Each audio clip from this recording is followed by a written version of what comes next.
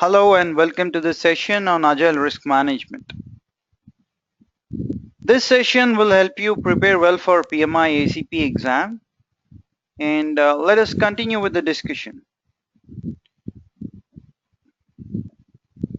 These are the various topics which we are going to discuss as part of Agile Risk Management. Introduction and what is risk and things like that. We will look into Agile Triangle, the type of cost, what are the estimation techniques, what is the budgeting, what kind of contract types we see in Agile, and earned value management. Earned value management is not just part of your traditional project management. We also see this earned value management in Agile projects, Agile methodology. So what is a risk? Risk is any uncertain event. When I say uncertain, it might occur or it might not occur. It may or may not occur in the future. So when we speak about risk, risk is always about future. If I were to represent it, I'll draw a simple line there in this way. I will say this is the current situation. We are here now. Anything which is going to occur in the future, which has an element of uncertainty associated with that, is called as a risk. Something which is 100% certain to occur or which has already occurred in the past would be called as issue. Anything which has already occurred or is 100% certain to occur is called as issue. This entire zone is called as issue. Issues are managed using issue management. Risks are managed using risk management. So anything that is going to occur in the future which has an uncertainty associated with it is called as risk.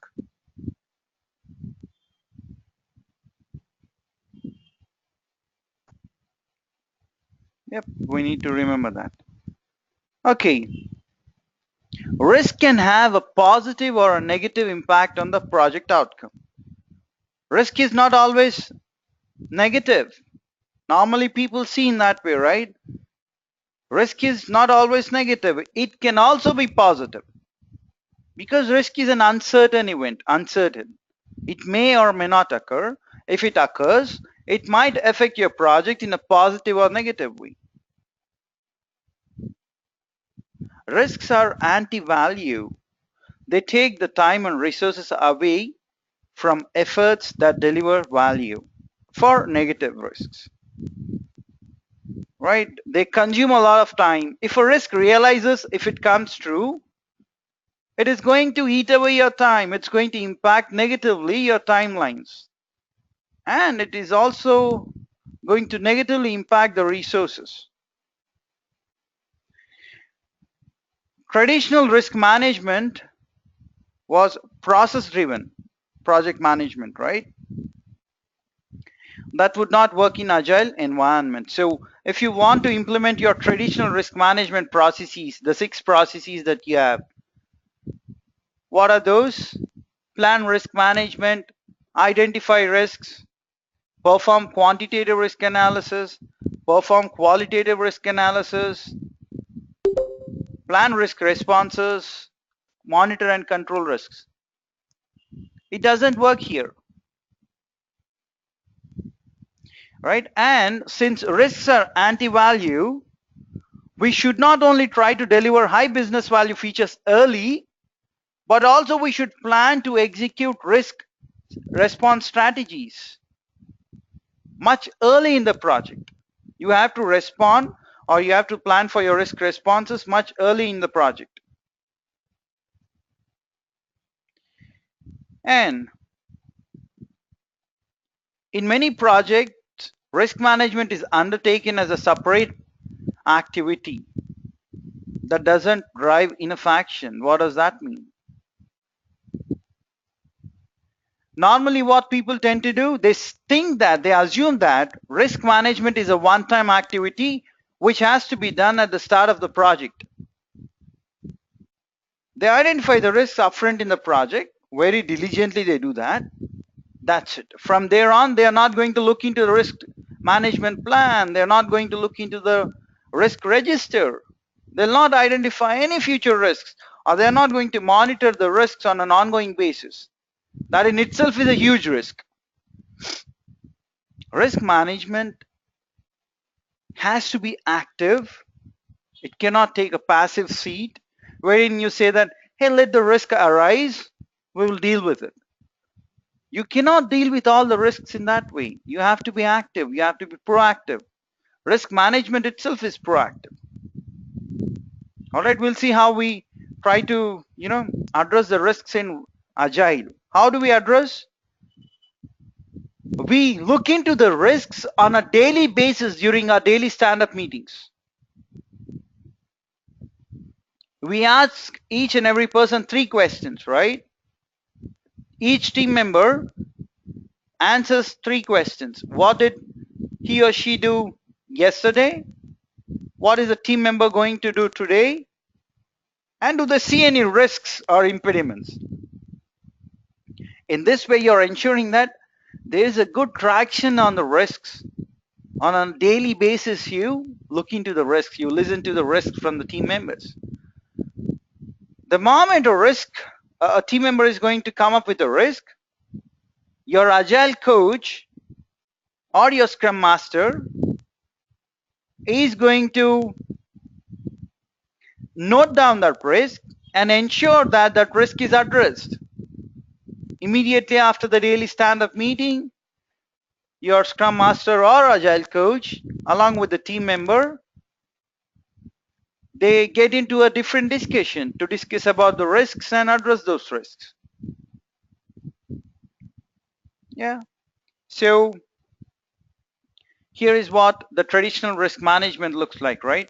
You plan for the risk management, decide how are you going to perform your risk management, then you identify all the risks, you find all the risks, then you do a qualitative risk analysis, SIFT, and then you perform quantitative risk analysis by measuring, you plan for risk responses, decide what actions to take, and then you monitor and control the risks.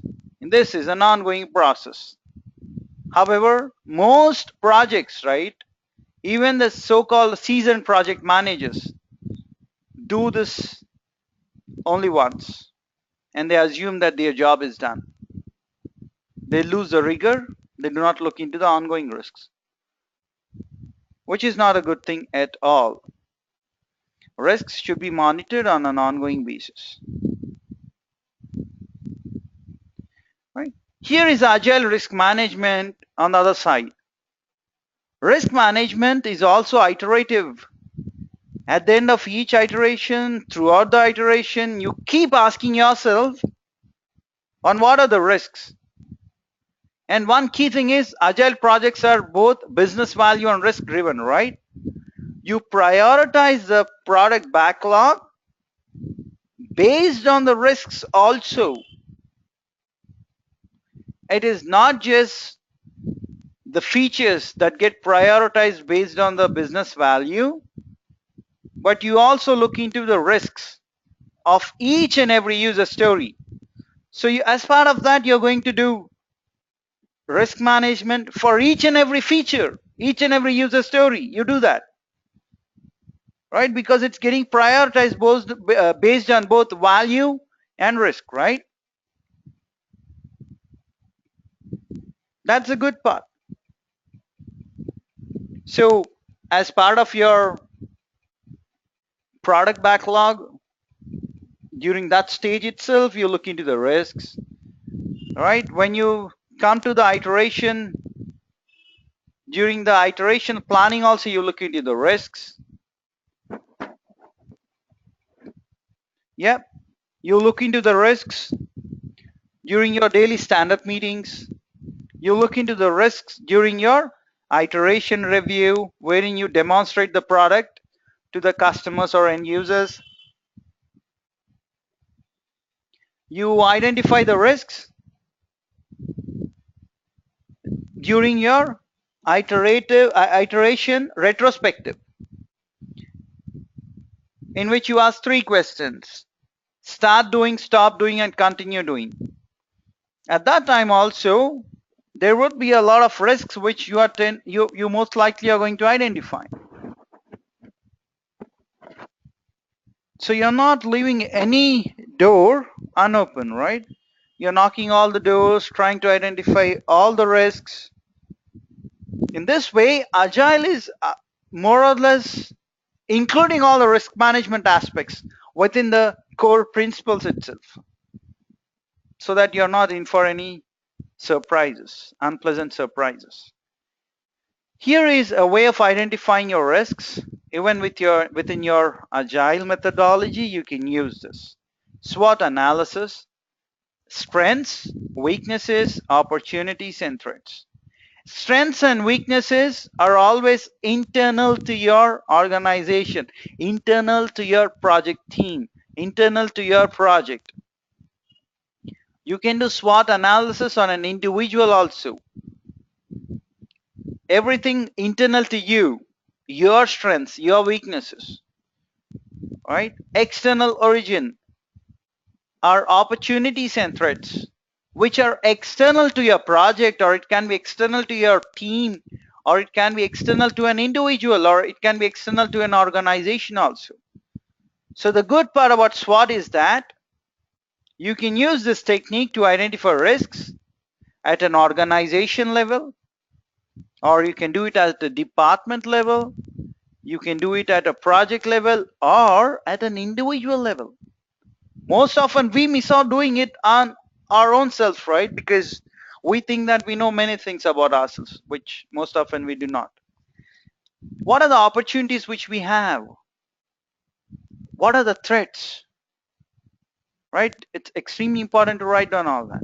So weaknesses and threats are like your negative risks, harmful. Strengths and opportunities are your positive risks, which are going to be helpful for you to achieve your objectives. In this way, SWOT not just helps you identify the risks, but it also helps you identify both the positive and negative risks. That is the most important part of this. And it's covering the entire spectrum. It is helping you identify the risks which are internal to your project and also risks which are external to your project.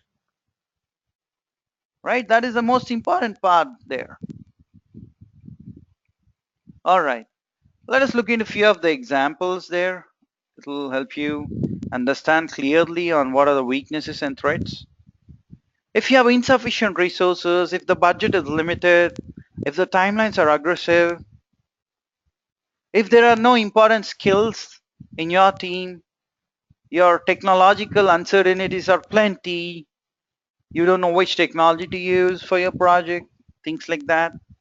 All the stakeholders are not agreeing to a decision, right? Lack of a disaster recovery plan. These are the various weaknesses, right? And what are the threats?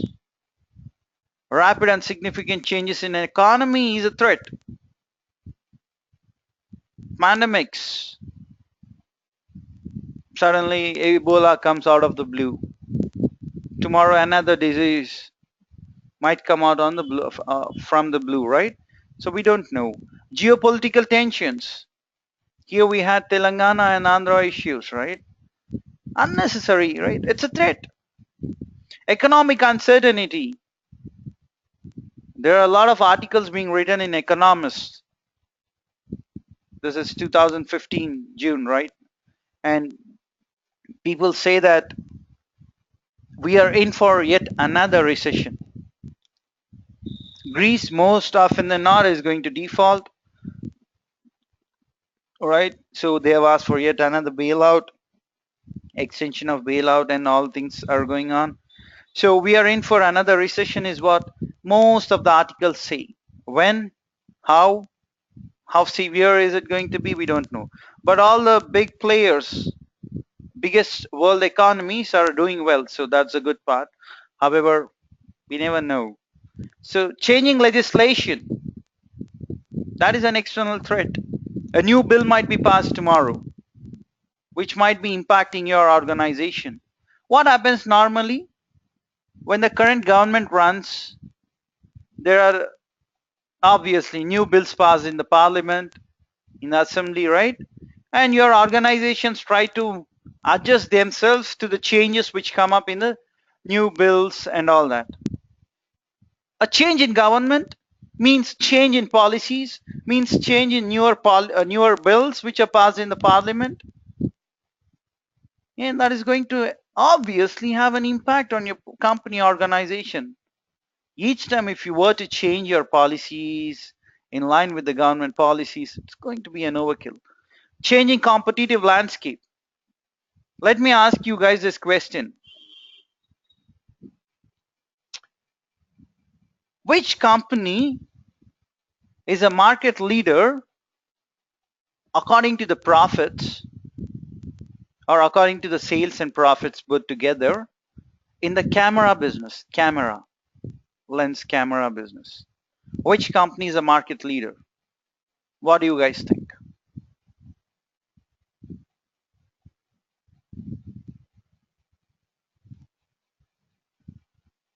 Yep. What do you guys think?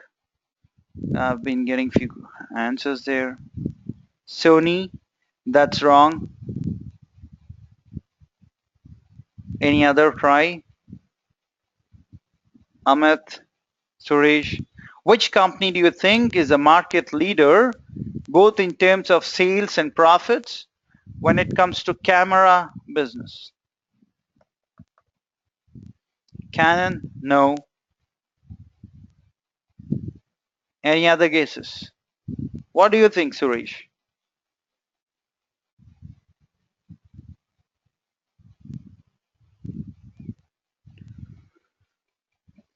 No clue? No other guesses from anyone?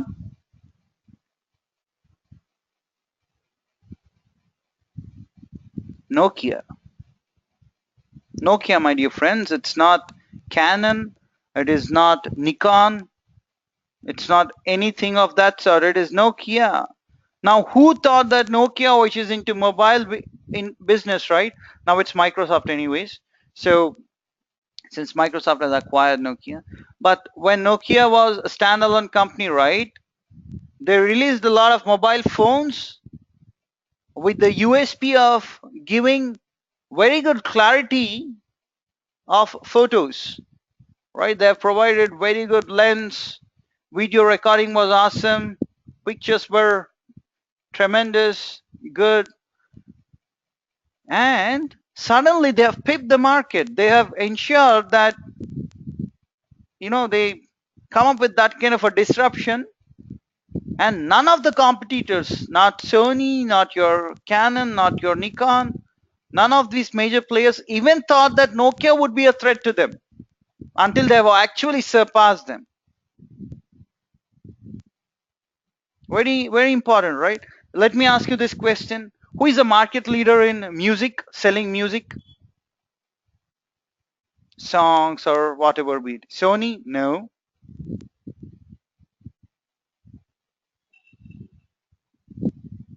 And any other guesses? Music? Don't you guys listen to music?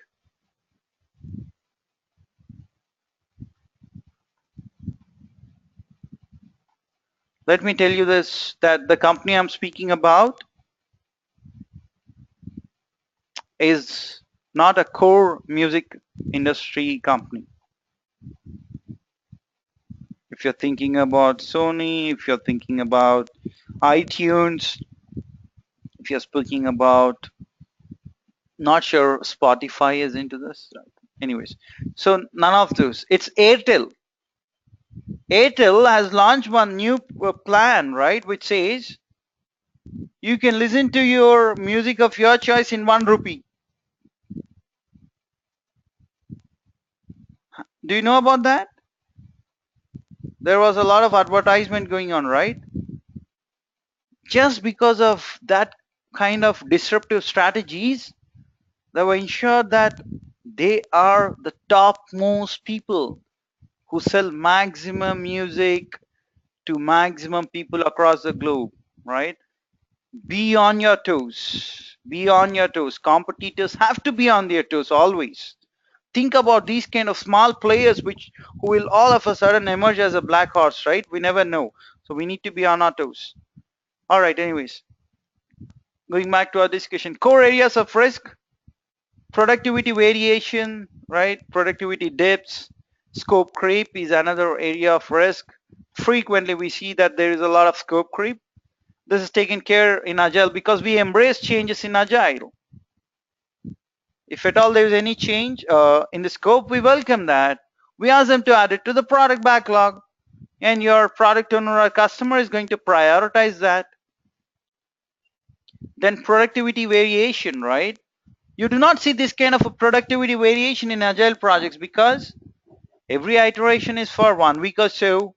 Each week you need to deliver a working software there. So obviously you cannot, ensure that your productivity dips. Also, there will not be any huge increase in productivity. Why is that so?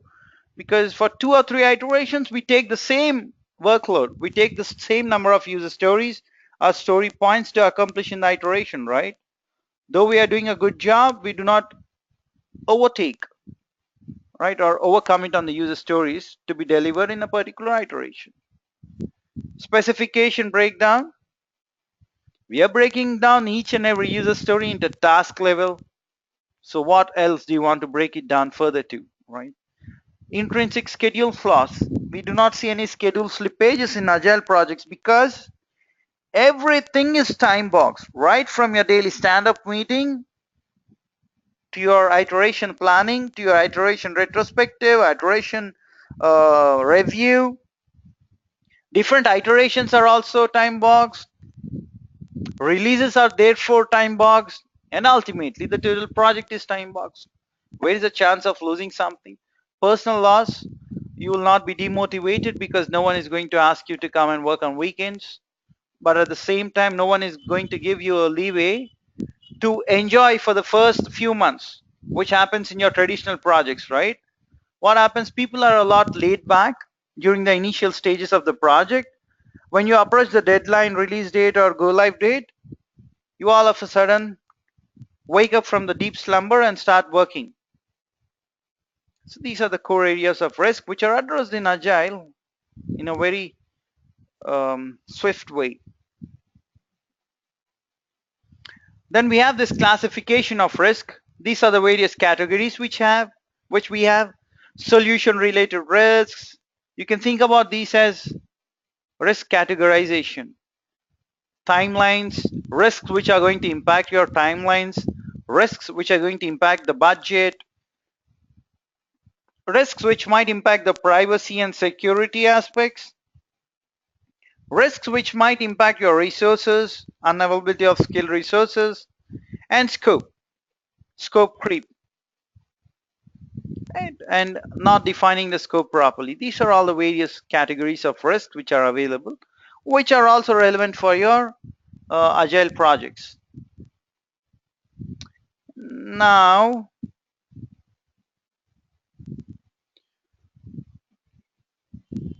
quantify risks.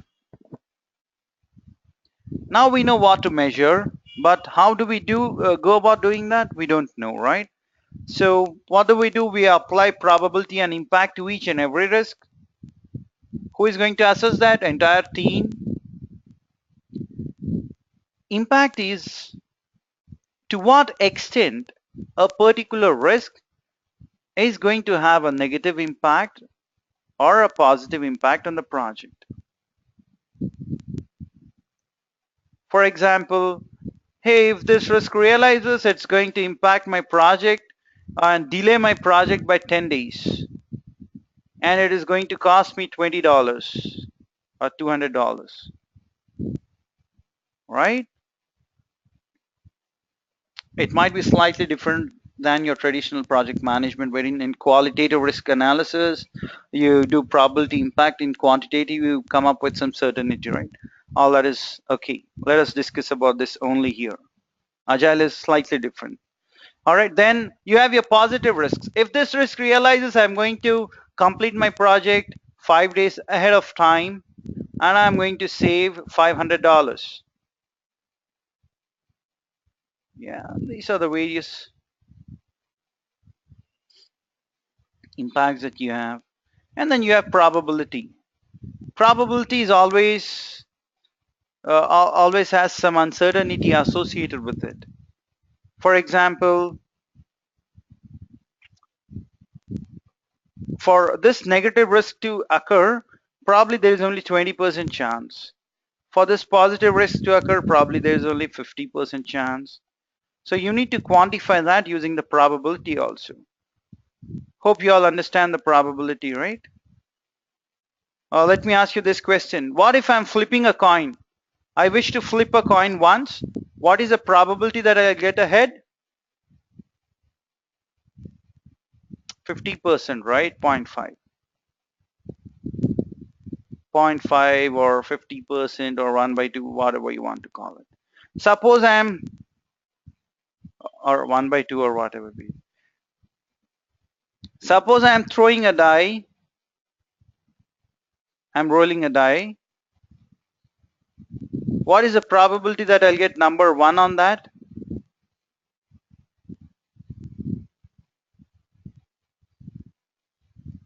1 by 6.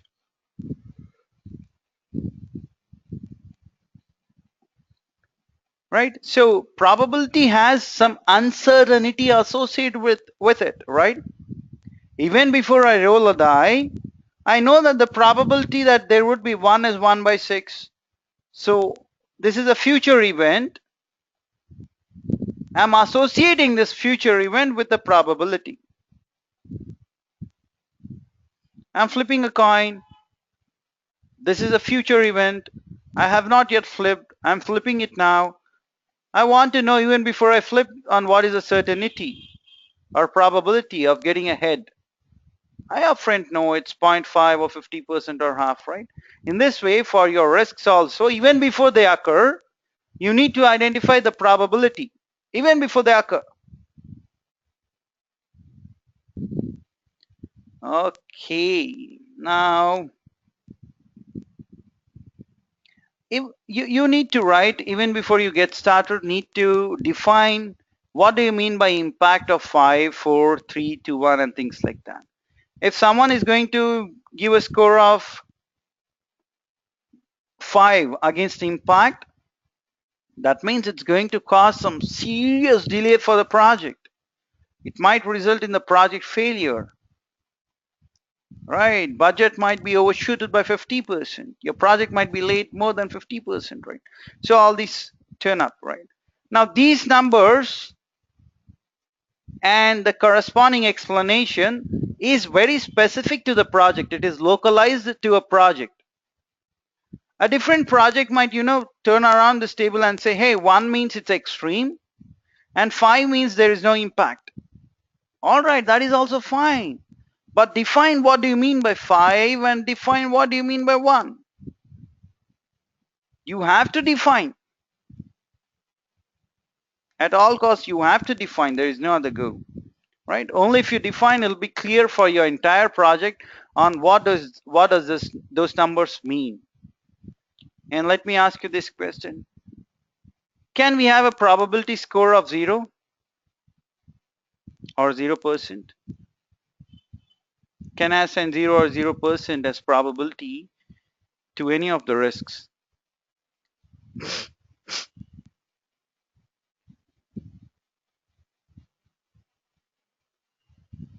What do you guys think?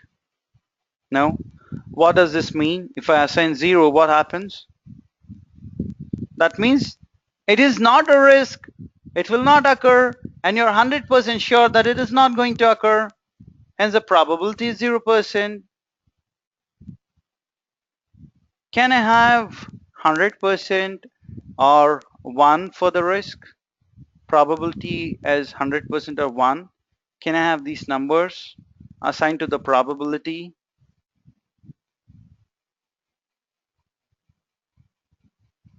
Can I?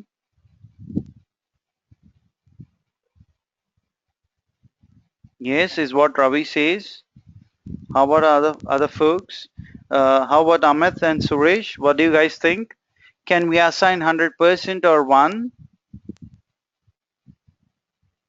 as probability to any risk? Amit says yes. What do you think, Suresh? Yes. So you all three guys, I've seen this trend, right? If all the people go with one answer, it will obviously be wrong. If you say 100%, I'm 100% certain that an event is going to occur, then it is an issue. How can that be a risk? What does risk mean? Uncertain. Here you're being very certain. 100% means what? You're saying that come what may, this risk will occur. If that risk will occur 100% of the times, then it is an issue. It's not a risk at all. Risk means less than 100%. There is an uncertainty associated with it. Please understand that. Here also accidentally it's given in this way, right? So probably we need to change that to slightly less than 100%, here greater than 0%, right? Similar to your impact values and the description associated with that, probabilities also will have some description associated with those probability numbers. Hey, what if I give a probability score of 1? What does that mean? Here is a definition. Probability of 2 means here is a definition. This is just an example. Description with the associated probability numbers here is just an example. For your project, you might want to write down your own description of your choice. All right, just remember that. Do not forget on that. Here is a probability and impact matrix. This is just a simple calculation, right? If I multiply 1 by 1, I get a 1. If I multiply impact of 1 and probability 2, I get 2. If I multiply impact of 2 with probability 3, I'll get 6. Now this 6 zone here, probably I can say that this is green would be low risks, low severity. Probably yellow would be medium severity risks. Amber might be slightly more, severity risks. And this red zone here, 25, right? That is your high severity risk. It's just a calculation to, help you quickly get a snapshot of if probability and impact take those values, what would the table take, and things like that. And for risk severity also, when do you get risk severity? Severity is nothing but multiplication of probability with your impact. If you multiply both your probability and impact, you'll get risk severity.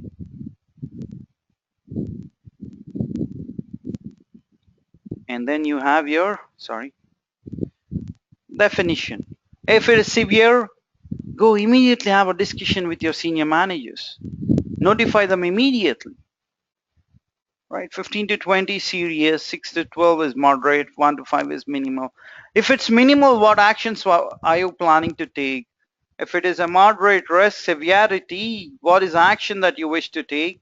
If it is a serious risk severity, what are the actions that you plan to take? Senior manager, right? So probably it requires notification of a senior manager. We don't know. So you need to look into all that. Here is a typical risk register with the details of all the risks. How are you planning to respond to a risk? All right, is it a weakness or a threat? WT, weakness or a threat? You write down all that.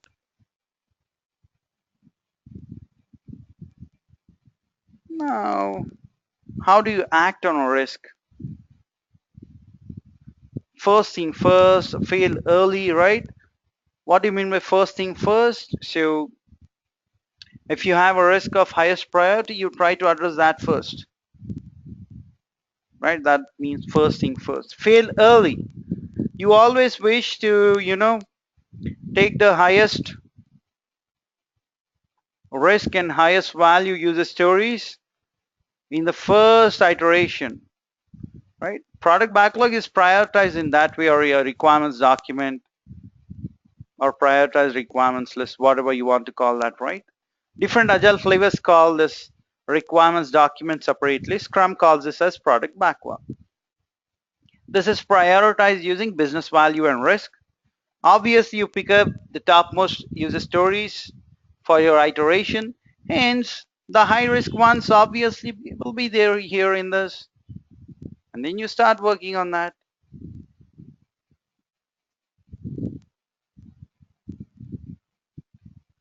Yeah. Then you have your risk response strategies. Mitigate is reducing the impact of the risks. Avoid is avoiding to face the risk. Mitigation means you try to reduce the negative impact of the risk. Avoid means you try to 100% try and avoid the risk.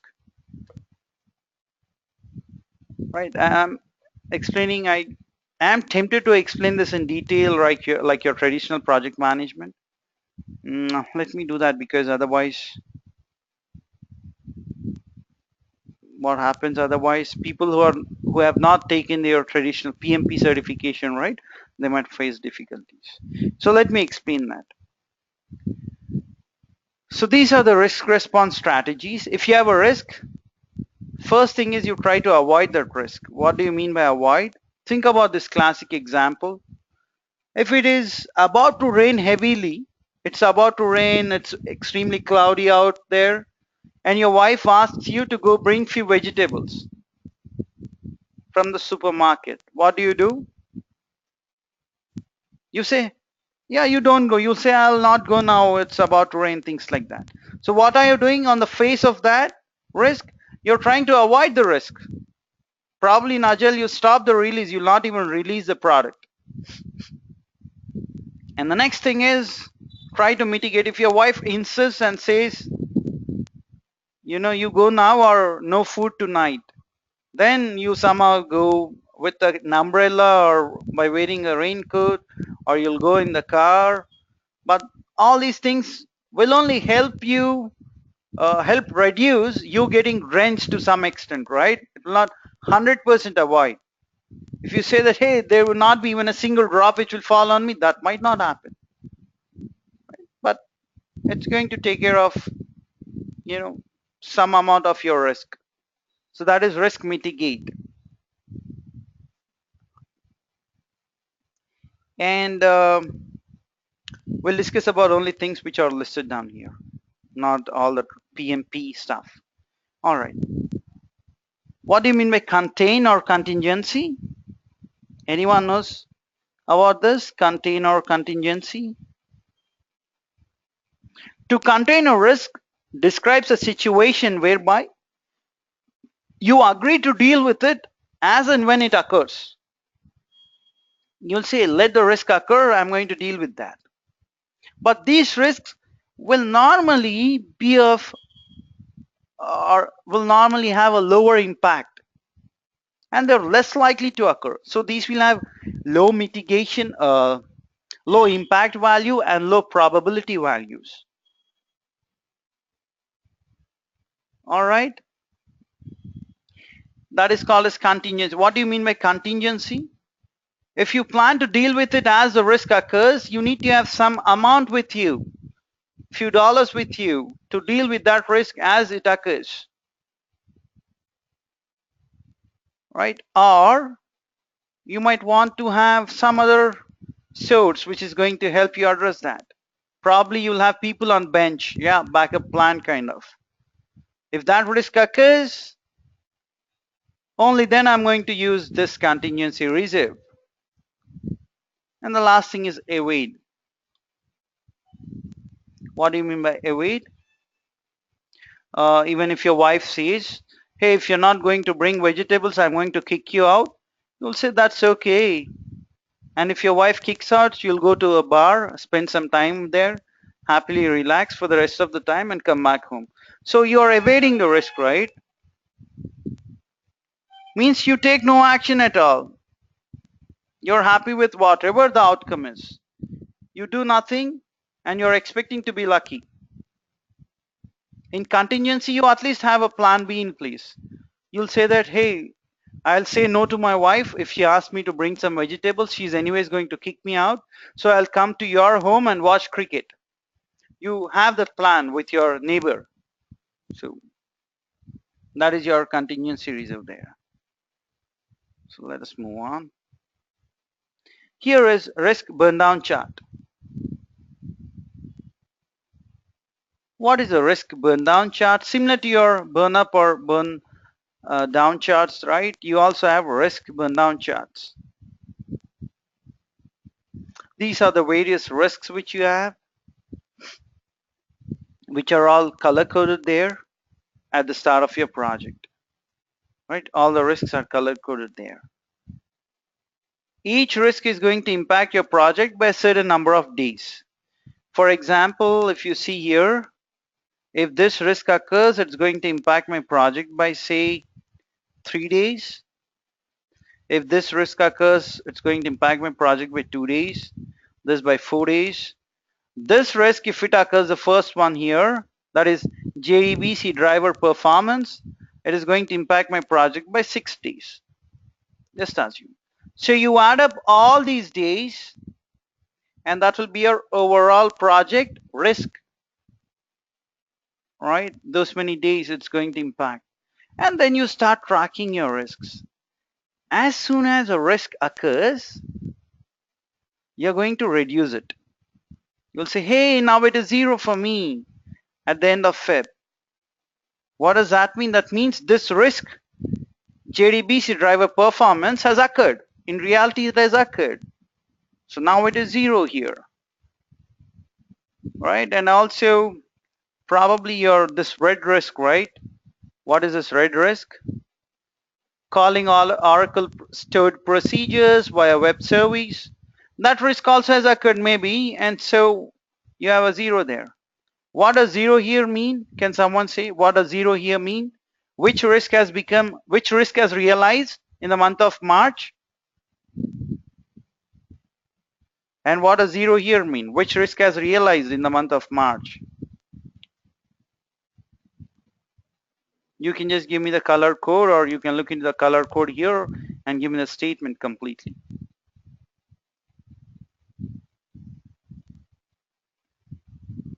Yes, I'm waiting for your responses.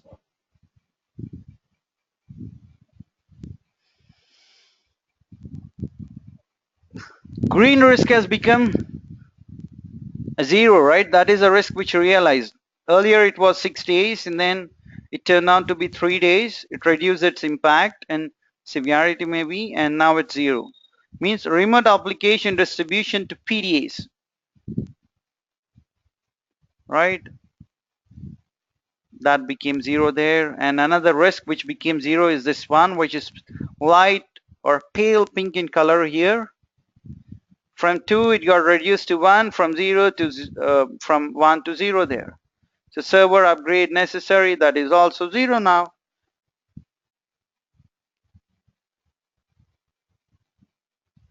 All right, so in that way you can look into the risk numbers. If you look here, they are telling that risk 9, which is Oracle handled warehouse. Here it is, Oracle handled warehouse, browser launch, things like that. Here, this one. From 3, in the month of Jan also it had an impact of 3 or severity of 3. In Feb also it had a severity of 3. Now it has a severity of 9. Severity only increased now.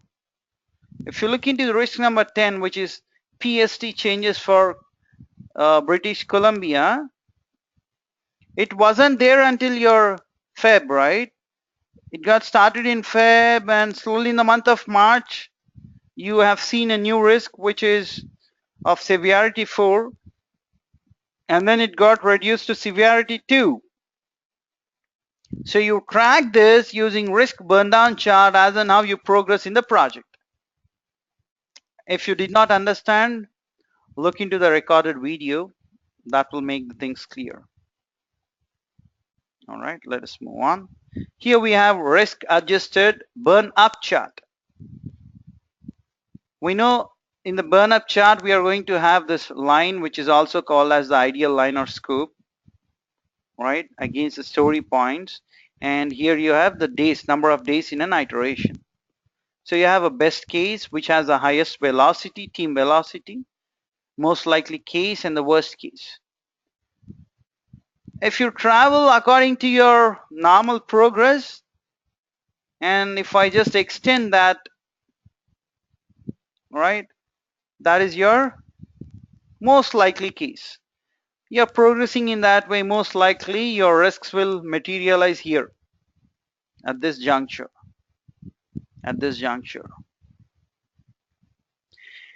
Best case, you'll be able to address all your risks much early here itself. And the worst case, it might get extended to probably fifth day or mid of fifth day. Right. This is the best case and this is the most likely case. Within those many days, you'll be able to ensure that all your risks are realized. And here this line, right, says if I add the severity of all the risks or the story points associated with all the risks, this is the line going to be this ideal line, blue one. Okay, let us move on further and try to learn more about risk adjusted backlog. You reprioritize the product backlog based on the risks you have identified and their impact on user stories. This graph is extremely important.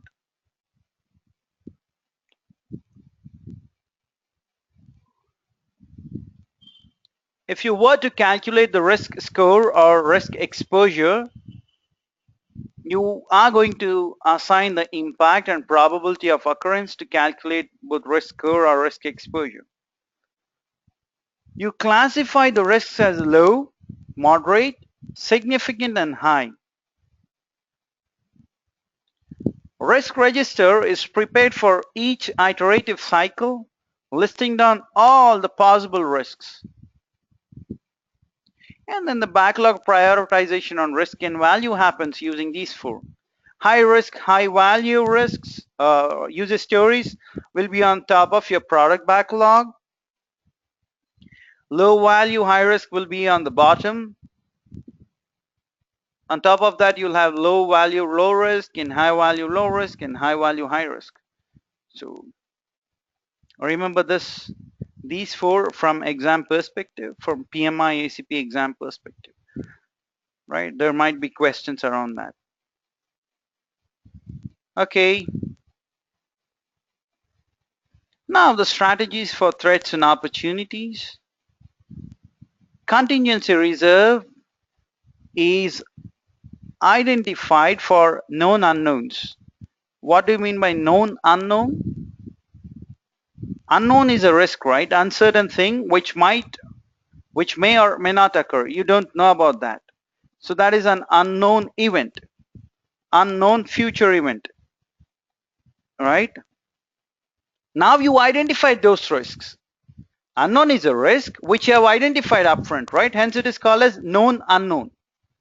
I know the risks now. Instead of making that statement, you're saying I know the unknown things now. Hence it is known unknown. So for the risks which you have identified, right, the reserve that you set aside is called as contingency reserve. And there will be few things which are called as unknown unknown. For example, terrorist attacks. Do you know upfront? If you know upfront, why will you even let terrorist attacks happen? You don't know, right? Do you know that there is going to be a war? You don't know. If you know upfront, you'll be prepared and you'll take actions, right? You don't know. Do you know that there is going to be an earthquake? You don't know.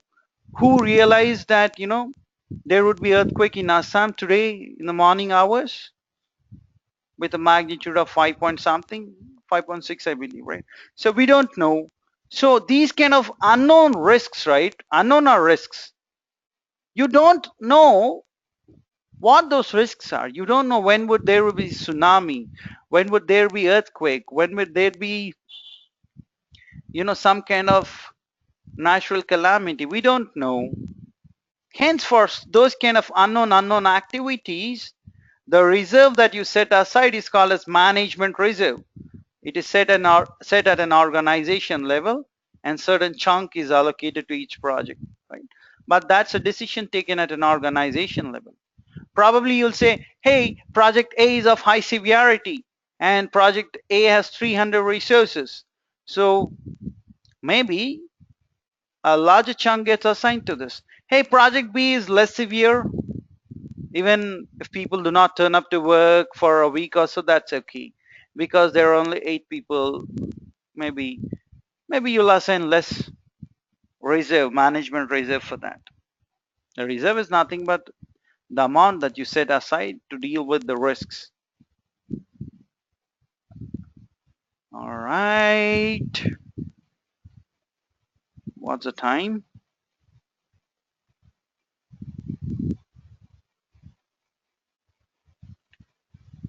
There are 3 more things, I believe. Let us do those 3 more things and then take a break, logical break, and then come back. So here are the common risk management mistakes. You try to identify the risks even before you knowing what the project risks are, what the project details are. You feel that risk identification should be done only once. That is most common risk.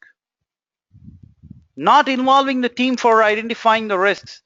You feel that you are the whole and sole person who can identify all the risks. You feel that you are the most intelligent person. The rest of the people are fools out there working in your team. If the project manager feels in that way, God help, right? You need to involve your team. Everyone has their own skills using which they can contribute.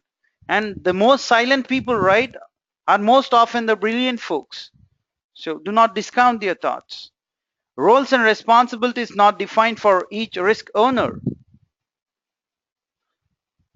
If you have risk owners are the owners who own a particular risk. If there are, say, risk 1, 2, 3, I'm going to have 3 owners. I'll say risk 1, risk owner is Amit. Risk 2, risk owner is Ravi. Risk 3, risk owner is Suresh. If you do not identify, then no one is going to own the risk. Everyone will be busy with their work. You have to assign a risk owner if you want a solution to that, if you want good traction around that. And risks are grouped as general rather than specific to a project. That's self-explanatory anyway, so all right. These are part of your traditional project management, right? Monitoring and controlling risks. What is risk reassessment? As part of risk reassessment, right, you tend to change the probability and impact values of the risks. And you tend to identify the new risks as part of risk reassessment. What do you mean by risk audits? For each and every risk, I have a risk response in place. When this risk realizes, I need to implement that risk response, either mitigating or avoiding or whatever be it, right? I need to implement that.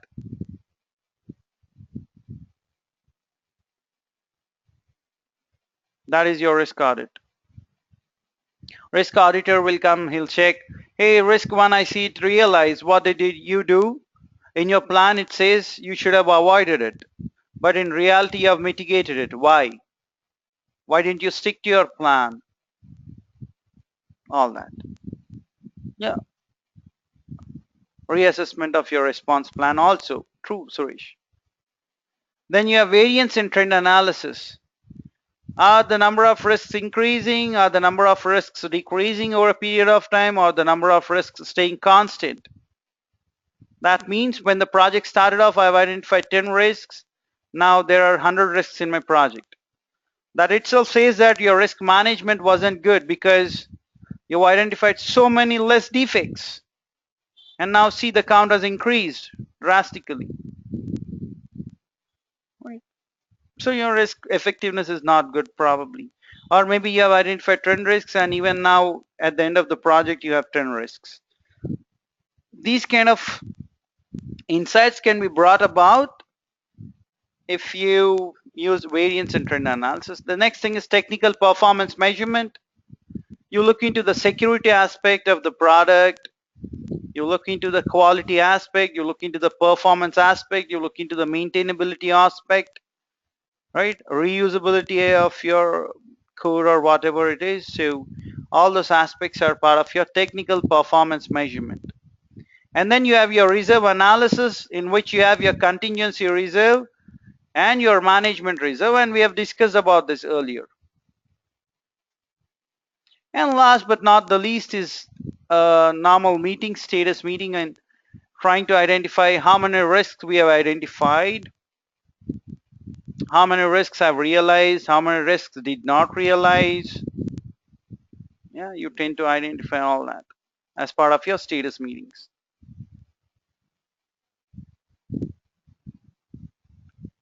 What is risk audit? We have discussed about that. Risk audit is used to examine the effectiveness of risk responses. When do you perform risk audit? During your during your iteration retrospective meetings. That is important from your exam perspective, right? You perform risk audits during your iterative or iteration retrospective meeting. You ask 3 questions during this, right? Start doing something, stop doing something, and continue doing something. And then you have this, which is what is risk-based spike. If you come across some uncertain event in your project wherein you need to do some brainstorming, try to do a deep dive from the technical front, gain more knowledge to solve a problem, that is when you spend some time in analyzing or dealing with such an activity, and that is called as risk-based spike.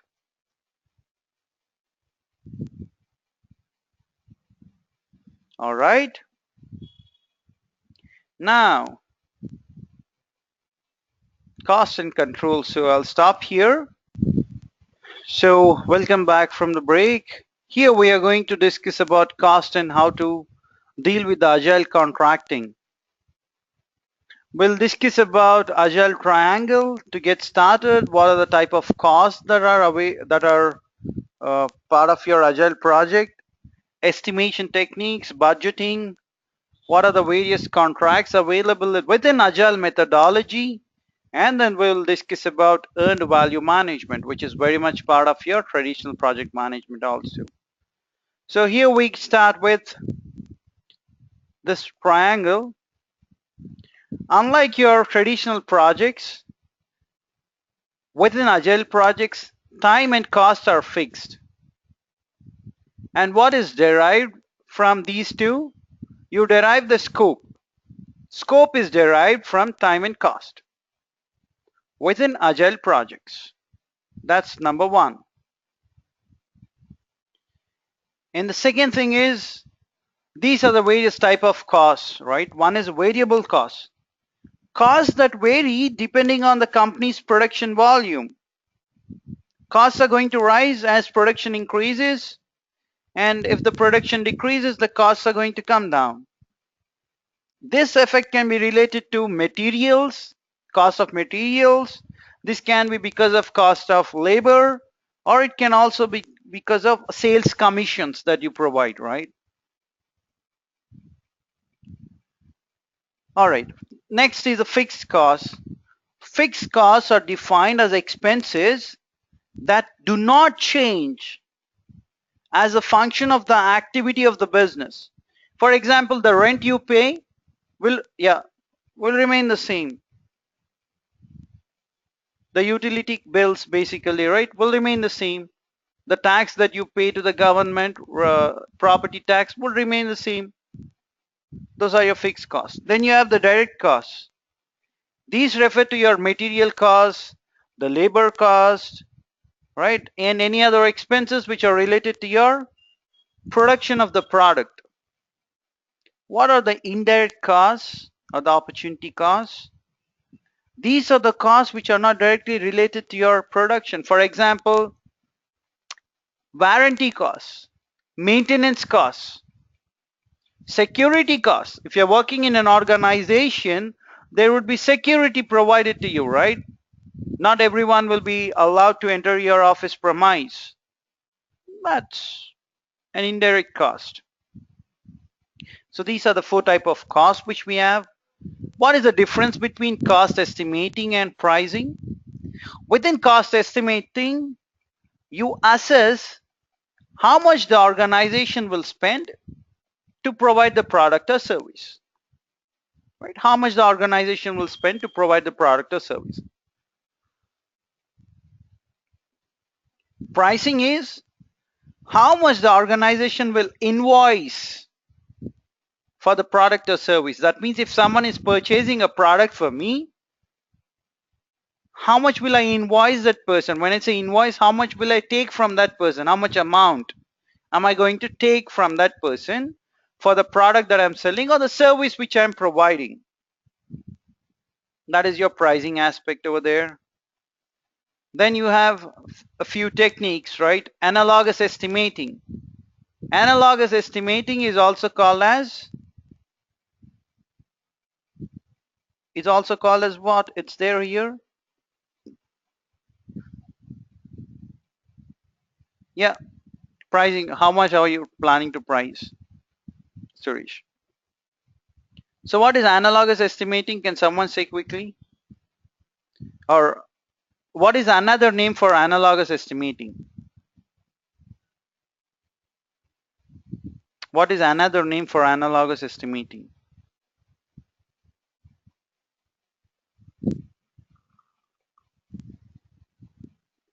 Gross estimating or top-down estimating? Absolutely right. So that is analogous estimating is also called as top-down estimating or gross estimating, right? So if you are unclear with the requirements and if you want to arrive at the cost of a product, for example, or cost of your project, it is computed by comparing the project to a similar project in the same application domain. If I'm building a hospital, I look into previous construction projects which I've worked upon, and I'm going to pick up the hospital which I've constructed in the past. Based on that, I'm going to estimate the cost and timelines for constructing the hospital now. That is analogous estimating here. It won't be accurate. That's the flip side, disadvantage. However, the good part about analogous estimating is that you can quickly come up with the estimates. And it will be accurate only if project data is available and people and tools which were used in the previous project are the same for this project. Next thing is parametric estimating. It is based on few mathematical algorithms or equations, right, which is used to arrive at the project cost or timelines basically. If I say in order to dig 1 meter of pipeline, it is going to cost you $1, then how much is it going to cost you for 1,000 meters of pipeline? $1,000, right?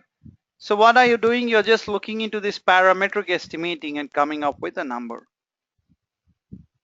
Of course, if this number is dated back to say 2010, and suppose you're trying to estimate the project cost for 2015, then this 5 years back data may not hold good now. Maybe cost of inflation has to be considered here. So you also accommodate inflation cost.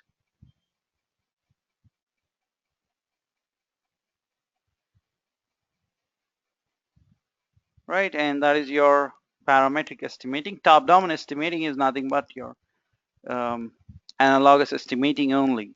What is bottom-up estimating? If I know complete requirements in detail, that is when I end up using bottom-up estimating.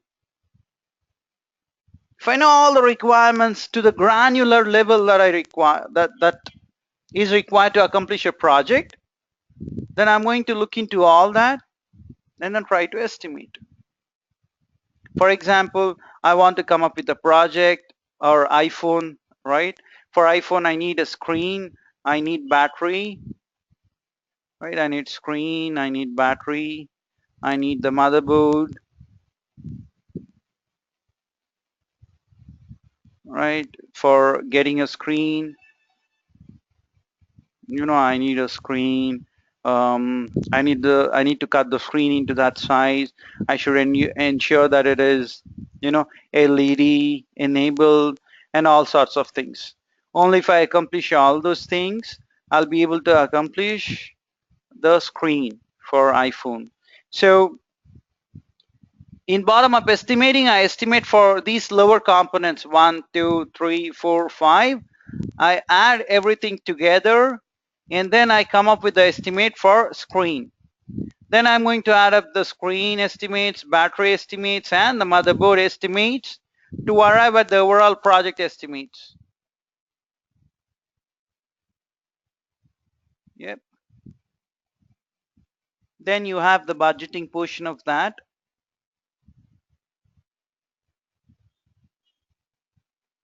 Right, cost aggregation means adding all the cost of all the activities in your project or all the tasks in your project. In agile projects, budgeting will be accurate only when all the tasks are clearly known.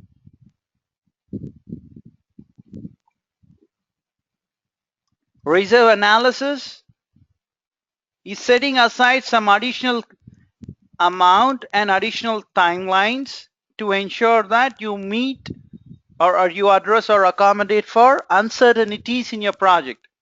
So I'll say that though my project ultimately is going to cost me $1,000, let me add another $100 as a reserve to deal with the uncertainties. If my project is going to take 100 days, let me add another 10 days as a buffer or reserve to deal with uncertainties. Why should I add only 100? Why should I add 10 days? Why not 30 days, 40 days? Why not $500 here instead of $100? That might be a question. Answer is simple. You have done your risk analysis in which you have identified all the risks. Say risk 1, if that realizes it's going to impact my project by $70 and it's going to delay my project by 3 days. Assume. And there's risk 2. If this realizes it's going to impact my project by $30 and it's going to delay my project by 7 days. Assume that these are the only 2 risks in your project which you have identified. So how are you going to decide the reserve? I add these 2 and I say that $70 for first risk, $30 for second risk, total is $100. Job done. That is your reserve with respect to your cost. Right? Risk 1 and risk 2, you add these 2, 3 days and 7 days. Right? Total, it's going to account to 10 days. That is your reserve. So your job is done once again. The third concept which you need to understand is funding limit reconciliation. Any project that you are working on, any project for that case, the customer will not pay the entire amount upfront. What will the customer say?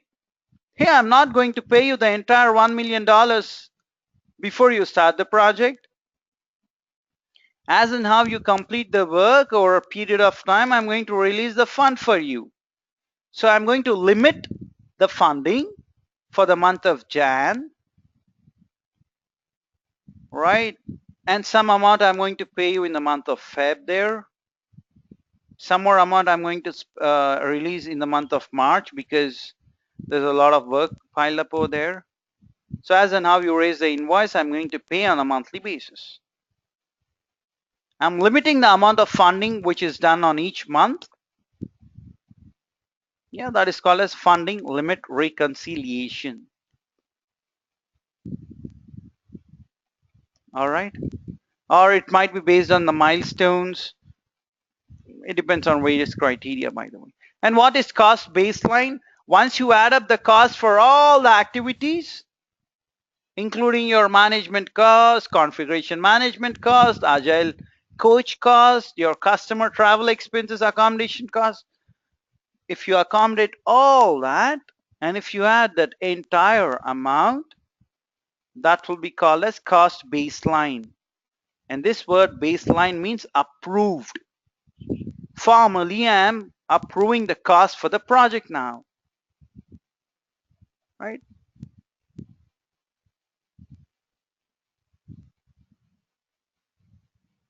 Yeah, it includes, right? Cost baseline includes that. All right. So here we have the fixed price contract, but this fixed price contract slightly differs from your traditional fixed price project. How does it differ?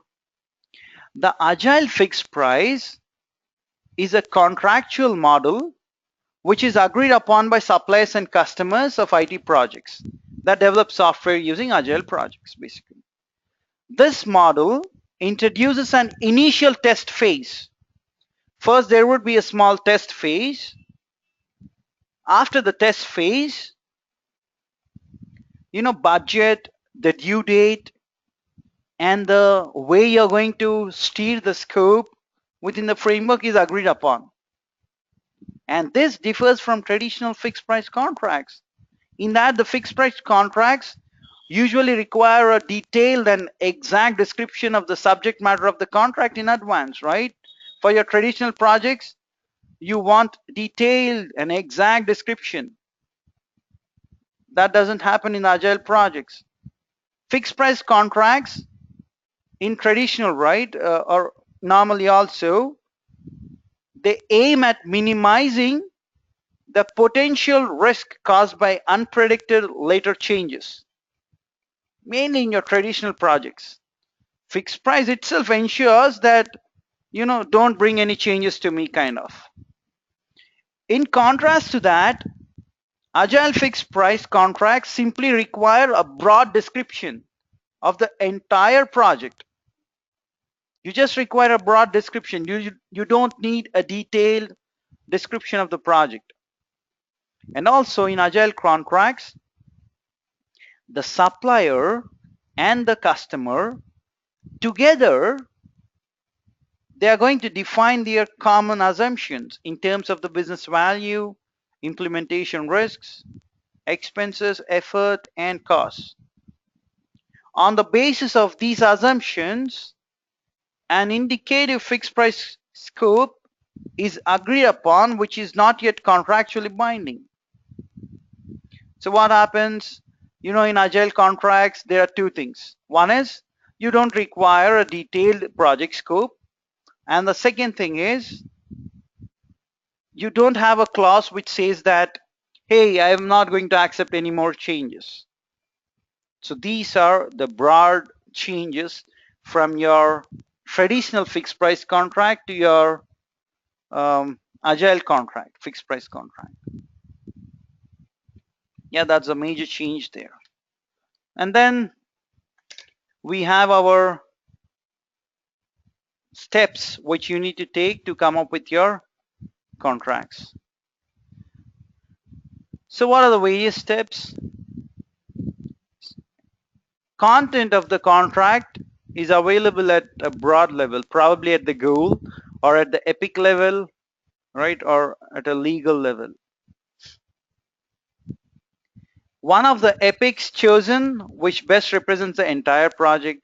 So here also when you do the estimation, right, instead of picking up all the epics are nothing but collection of bigger user stories. Collection of 2 or 3 user stories is put together and called as epic. One of the epics chosen which best represents the entire project, right? One is chosen as a sample, and based on that your entire project is estimated. Supplier and customer come together in workshop to define the project expenses.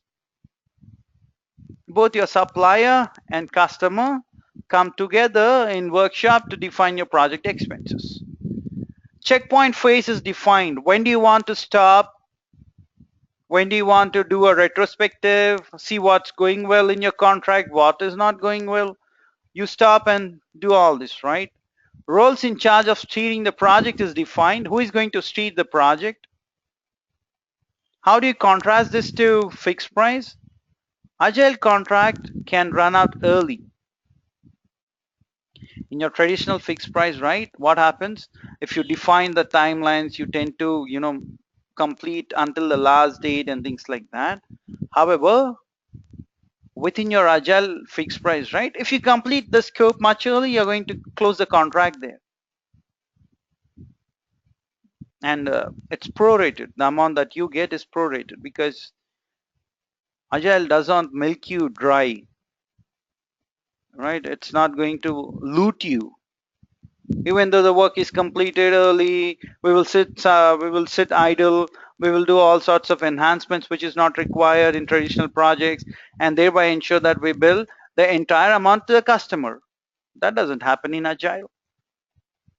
All right. Change for free. This is the most important thing. I'm not going to charge you anything for the changes that you bring in. It's a standard fixed price contract. Customer determine the return on investment cutoff. When will the customer get a return on investment? And one more thing is, it has a fixed budget and schedule, and general service contract for initiation phase, and separate fixed price contract for each iteration or user story. You can have in that way also.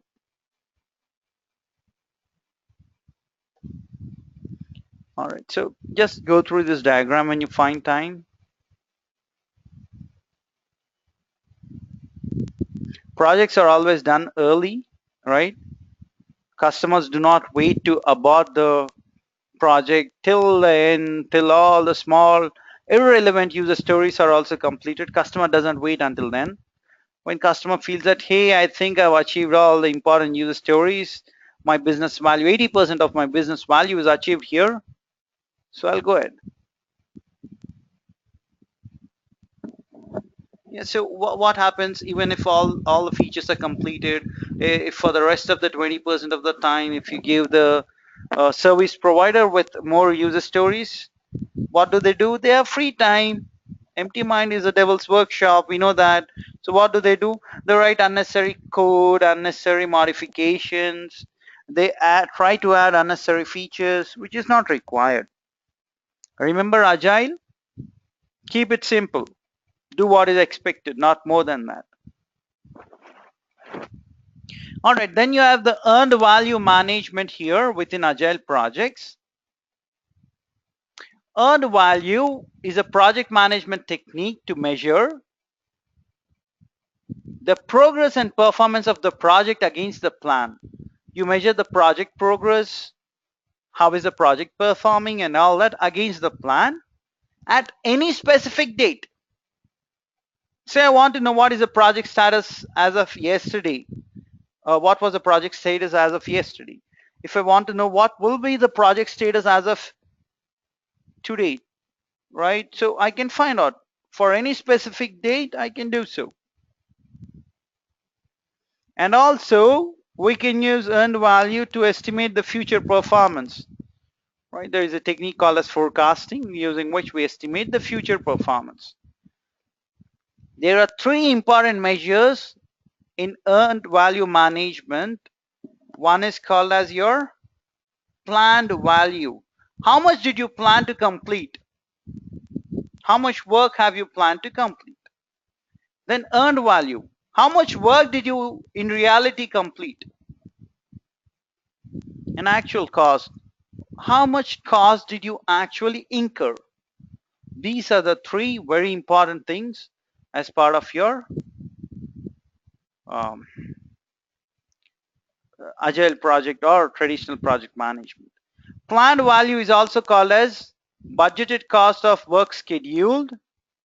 Earned value is also called as budgeted cost of work performed, and then you have actual cost of work performed. These are the three components that you have. This is going to provide a superior view into the project state than only looking at the first two dimensions, right? So it doesn't just look into, hey, tell me how are you performing from the timelines perspective, how are you performing from the cost perspective. It doesn't look into only those two aspects. It looks into all the other aspects. And say for example, you should have say spent $100 as planned by the month of, say you have started in the month of Jan, now we are in June. So by June end you should have ideally spent $100, but you have in reality spent $150. Is this a good thing or a bad thing? Is this a good thing or a bad thing? From Jan to June I should have ideally spent $100.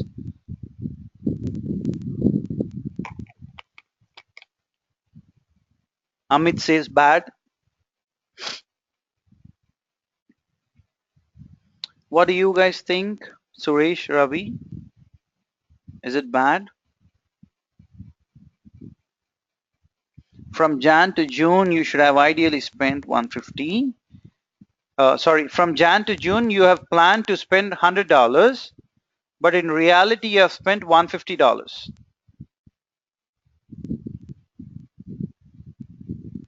Is that a good thing or less thing? Bad? No. But what does your earned value management say? It says that though you have spent, this was your planned cost, $100, you have spent $150. However, you should have ideally completed 50% of the work by June, but you were successful in completing 80% of the work. Now, is that a good thing or bad thing?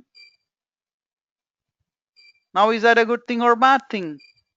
Now it might be a good thing, right? So your earned value management considers all these aspects while determining the project status on whether you are doing a good job or a bad job.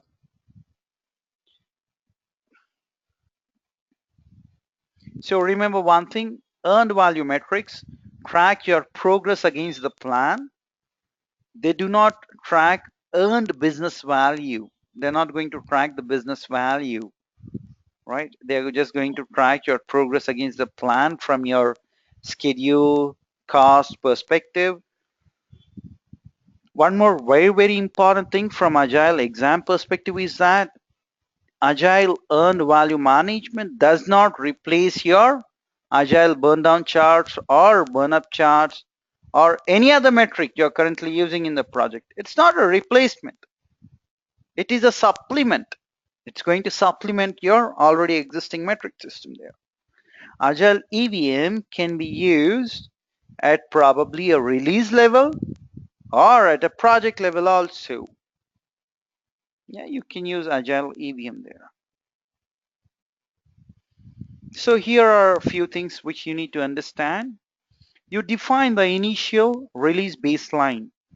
So what is the budgeted completion? How much amount did you plan for your project by the end of the completion? You also have the details on how many user stories or story points, sorry, how many story points are you planning to release in a particular release? That is called as release baseline document. The start date of the release. How many sprints or iterations have you planned in your release? What will the duration of each iteration be, right? All these things would be part of your release baseline document. What do you mean by baseline? It is approved document which is signed and approved. Yeah, any further changes to these baseline documents would trigger a change request normally. So here are a few more things which you need to understand even before we proceed further. One is your story point completed until today. You need those details to calculate your EVM. How many new story points were added? It can be a negative number. Why can it be a negative number? Until date, story points added can also be negative. How can it be negative? If I'm adding number of story points, it's going to increase, right? How can it get decreased? Can someone throw some light on that? Removed, absolutely. Few of the features might be removed, and each of the feature or user story has few story points associated with that. Good presence of mind, Amit, on that. So the next thing, third thing is actual cost. Until date, until today, how much cost did you incur? And it must match the time period the work was performed. If I've completed until now or 5 or 6 time periods, actual cost should be in line with that. And you also need to know the current sprint details. Which sprint are you in? 5th sprint, 10th sprint, 20th sprint, which sprint? Based on that, you calculate all these values. What is actual cost? What is the planned value, earned value? How much budget do you have at the end of completion, right? Cost variance, schedule variance, cost performance index, and schedule performance index. So what I'm going to do is I'm going to record earned value management for traditional projects also, and I'm going to add that clip to this video at a later point of time to ensure that people who undergo this have also a sense on how it is calculated in your traditional projects. All right. So how do you calculate your planned value? Planned value is always planned, right? What is the expected percentage completed? How many story points have you expected to complete? What percentage of story points did you expect to complete? You multiply that by your overall project cost, budget at completion. That is planned value plan. Earned value is the actual value. So it is actually what percentage of work did you complete? You multiply that with budget at completion. Your overall project budget, how much did you plan? Multiply it with the actual work you have performed, actual percentage completed.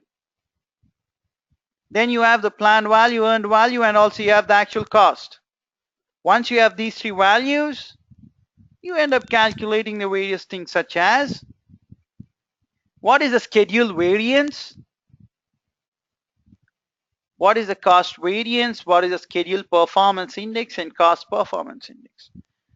Make a note here, in all these four formulae, always and always, earned value will be on the top. Let me select a different ink if that is possible. Not sure why this feature is removed from. All right. So earned value here comes first. Earned value comes first here. Earned value comes first there. Earned value comes first here. So always earned value comes first in all these formulae. And then you have this, whenever you have the variance, right? Schedule variance or cost variance, you'll have a minus sign there. Minus sign there. Whenever you have index, such as schedule performance index or cost performance index, you have this divide by sign. Divide by. And whenever we deal with the cost variance or cost performance index, there would be actual cost in the formulae. There would be actual cost in the formula. And whenever you deal with schedule, be it schedule variance or schedule performance index, you use planned value. Planned value would be there in the formula. So in this way, you can probably try to remember this. The moment you enter the exam hall, write down those. Now these four will give you the information about your project as of date. Suppose if I want to find out What is the project status as of today? I use these for schedule variance, cost variance, schedule performance index, and cost performance index. However, if I want to predict the project progress, if I want to predict and say, all right, as of today, you're telling me that your project status is so much, whether it is behind schedule or ahead of schedule, over budget or under budget. You're giving me those details. That is fine, absolutely fine. However, can you predict the future and say me, if my project progresses in a similar fashion, what would be the total project cost at the end of the project? From today till the end of the project, please help me forecast and tell me what will happen. How would my project be at the end of the project? That is forecasting. You look into estimate to complete, which is equal to estimate at completion minus actual cost. And then, if you're behind schedule, for example, and if you go to your customer and say, hey, dear customer, it rained heavily, so all my employees could not come to office for 2 days. Hence, the project is behind schedule. If you give this reason to your customer, what would he say?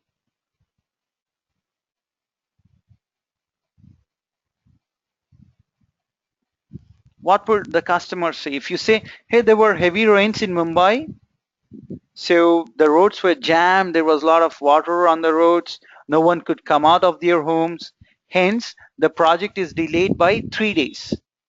If you make such a statement, what would your customer say? Will he say, oh, is it not a problem? Even if the project is delayed by 3 days, that is okay. Will the customer respond in that way? Or will the customer says, I want you to meet the deadline. Please do not come up to me with these kind of excuses. Most often than not, the customer would say the second line which I've just told, right?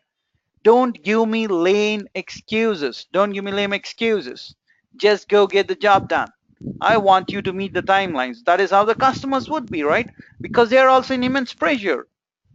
The competition is going to kill them if you try to delay the projects in that way. So under such circumstances, what is the speed? What is the efficiency at which you have to work? You have to work faster to catch up with the 3 days of work which you could not do because of heavy rains. That is called as to complete performance index. To complete my project on time within the budget, what is the speed at which I need to work? Sorry, not within the budget. To complete the project on time, what is the speed at which I need to work? And I use this formula, budget at completion minus earned value divided by estimate at completion minus, that is not equal to, minus actual cost. This is for your traditional projects. In your agile projects, it slightly changes. Actual percentage completed here is calculated like this, right? Story points completed divided by total story points. And for your expected percentage completed, you look into this formula, total story points which are planned divided by total number of sprints which you have planned, multiply it with your completed sprint and divided by total story point plan. So is there a short way to remember all these things? Oh yes, the short form is try to write it down 100 times on a paper. That's the only shortcut that I can suggest, right? This is important, folks. The moment you enter your exam hall, write down these formulae, right? If you get, you can answer that. If you do not get any questions, do not worry. You have not wasted anything. The only thing is you'll be able to remember that even after the exam, maybe. Okay, here is the project scenario. This is the total budget at completion. So I'm allocated $175,000 for my entire project, which has 4 sprints. And I've completed 1 sprint now. And also we have planned for 200 story points in total. How many story points did we complete until now? It's 40 story points. And here is the actual cost, which is $65,000. This is the actual project scenario. This is the basic data which is available with us. Now we need to proceed and calculate what is the project progress. So first thing is you need to calculate the expected percentage complete using the same formula of number of story points divided by total number of sprints planned, multiply it with number of sprints completed, and then divide it by your total number of story points. You get 25%. So you are expected to complete 25% of the project work. What is the actual percentage completed? It's story points completed divided by the total story points planned, which is 20%. So ideally, you should have completed 25% of your work. However, you have completed 20% of your work. This is step 2. Then we move on to step 3. You calculate the earned value and the planned value. You should have earned value worth $35,000. How did I get $35,000? Formula is simple. It is actual percentage complete multiplied by budgeted completion. I get $35,000 there. For planned value, the formula is expected percentage complete multiplied by budgeted completion. So you get $43,350, $750. Step 4 is done. Now, here is the scenario. What does it mean when earned value is greater than your actual cost? You're doing a good job. If the actual cost is greater than your earned value, what do you mean? If the actual cost is greater than the value that you have earned, what do you mean by that?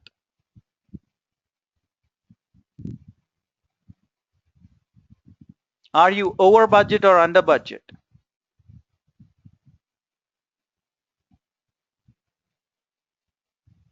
You're over budget. Then what will be the cost variance? Will it be positive or negative? Negative. Negative means it is a bad show. You have not done a good job. What do you mean by earned value is greater than planned value? So you have earned more than what you have planned. What does that mean?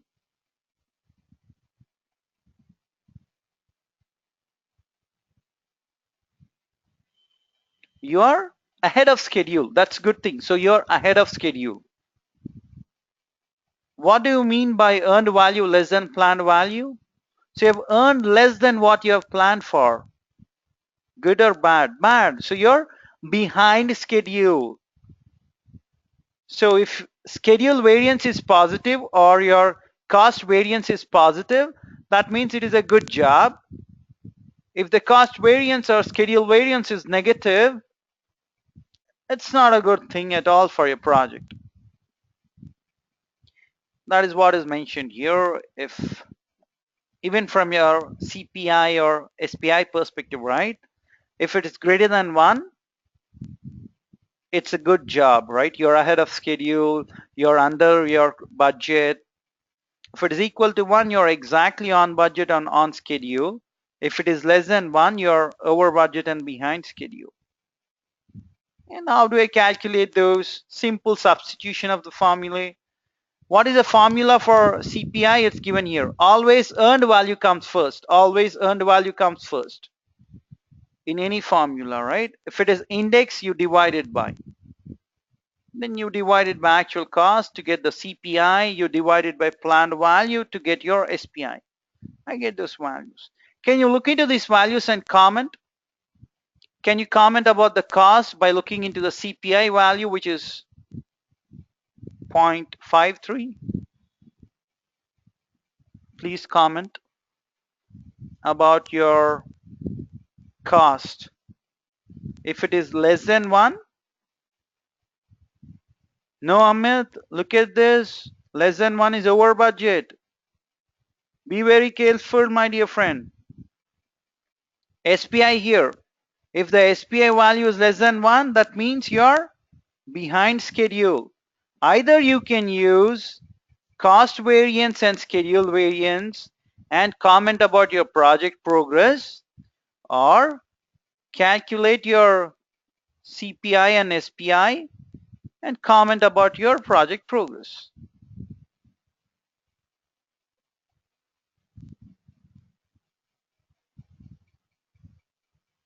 And if you were to predict the future, you know the formula anyways. So these are the various formulae. Look into those formulae and try to make sense out of that. ETC stands for estimate to complete. EAC stands for estimate at completion.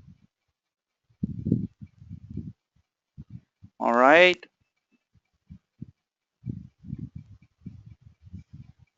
And if you know the different values, it's easy for you to calculate ETC and then the EAC. All these things, permutations, combinations, right? What I'm going to do is I'm going to attach a traditional project management video within this video to ensure that your understanding on forecasting is also clear.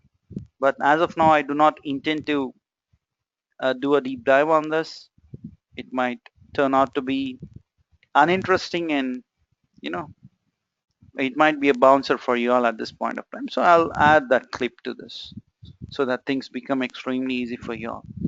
So here we go. How are we doing in that case? There's the project progress. All right, these are the values which we have calculated. Then if you remove scope, that is reduce the planned story points to 160 points, then our earned value becomes so much, cost performance index becomes so much, and schedule performance index is so much. We will finish the work on time. Yeah, that's a statement that you can make about your project.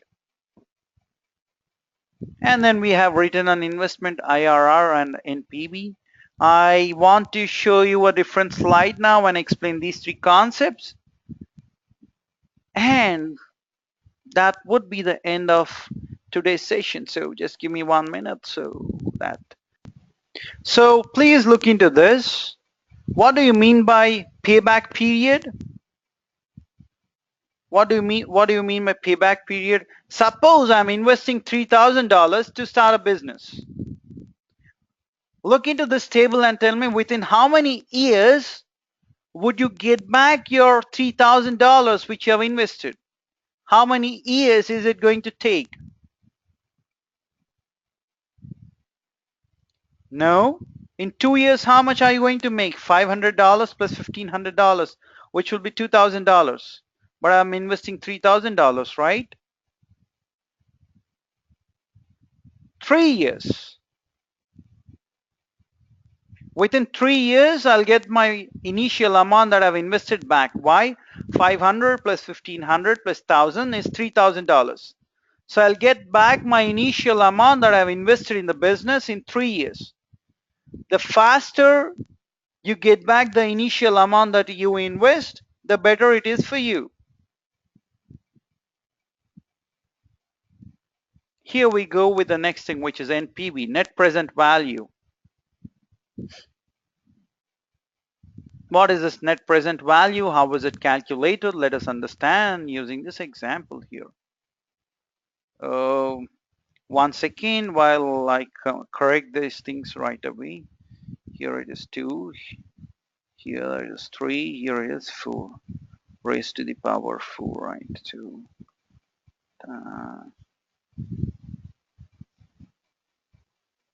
All right, so let me display this. So do you know what? Your mutual fund broker who wants to sell the mutual funds to you would pitch in his argument in this way. What will he say? He'll come to you and say, hey, please invest $50,000 now, right? You invest $50,000 now in this mutual fund. For the first year, you'll get $5,000.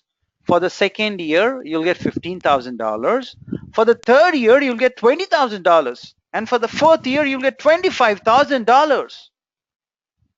You will say, so what will the total amount be?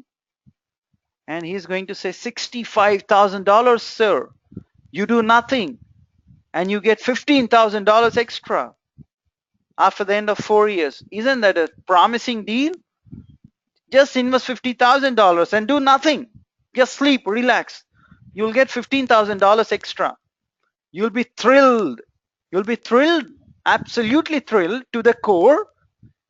And then what do? You invest in this mutual fund. Fine, you have invested $50,000. Maybe you had so many rupees in your bank or dollars in your bank. So you have invested. At the end of first year, you'll get $5,000. If you get $5,000 1 year from now, don't you think the cost of goods is going to increase from 1 year from now? Don't you think the tuition fees for your children is going to increase 1 year from now? Don't you think the cost of expenses running your home is going to increase 1 year from now? Yeah, it is going to increase. So this $5,000 is only worth $45 as of today. How did I calculate that? Using this formula, which is future value divided by 1 plus rate of interest. We have assumed that the rate of interest is 10%. Most of the banks, your inflation, everything is at that percentage, right? So we consider 10%. Raised to the power n, which is nothing but number of time periods. So this is at the end of 1 year, so it is raised to the power 1. Job done. At the end of second year, you wait for another year and you get $15,000. You're thrilled. But after 2 years from now, don't you think the cost of goods, your children tuition fee, your own expenses are not going to increase? They are going to increase. So the value of $15,000 2 years down the lane is only worth $12,396. And at the end of third year, you get $20,000. You're again thrilled that, wow, the promises are met. I'm getting back the amount that I've invested. Yeah, I pity you if you're thinking in that way. At the end of 3 years, if you calculate the present value, it is going to be $15,026. It's only worth so much as of today. And by the end of fourth year, 2014, you'll get 25,000. You'll be thrilled. You'll throw a party to your friends and say, hey, do you know what? I've invested in a mutual fund. Amazing. In just 4 years, I've got $15,000 extra. Oh, you cannot be a bigger fool than that. You cannot be a bigger fool than that. So what happens? The actual amount in reality as of today is going to be $17,075. So your $25,000 which you receive at the end of 4 years is just worth $17,075 as of today. So as of today, if I calculate the net present value, it is going to be 49042. Right? And how much did you invest? $50,000. Straight away, the mutual fund broker, the company, has got $1,000 from you, and also the interest rate on the amount that you have invested. This is how mutual fund companies gain profits. No one is running show for charity there. Right? Think about the situation before purchasing your home, before going for your home loan. All the hard-earned money you earn, you spend in paying your EMIs. Take my word on that. So please look into all those things now that you know net present value calculation. Any future investment, look into all these aspects. Hey, do you know what? I've purchased a home worth 50 lakh rupees. When? 5 years back. The worth of that is 75 lakh rupees as of today. Amazing. You think that you have gained 25 lakhs, but you have paid 30 lakhs to the bank there.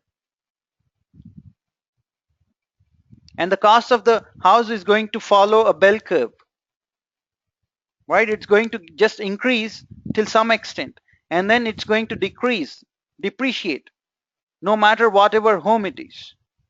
Only the cost of land probably will increase because of supply demand, but otherwise nothing happens there. All right, and the next thing is return on investment. A simple calculation. How much did I gain and how much did I invest? Gain minus cost by cost, you'll get the return on investment value there. If I multiply the return on investment by percent of, or if I convert that into percentage terms, it is called as internal rate of return. Yeah, so these are the values which I wanted to show you. From selection of project perspective, if IRR is high or return on investment is high, or if net present value is high, it's a good indication. However, if your payback period is low, that is a good indication. Yeah. So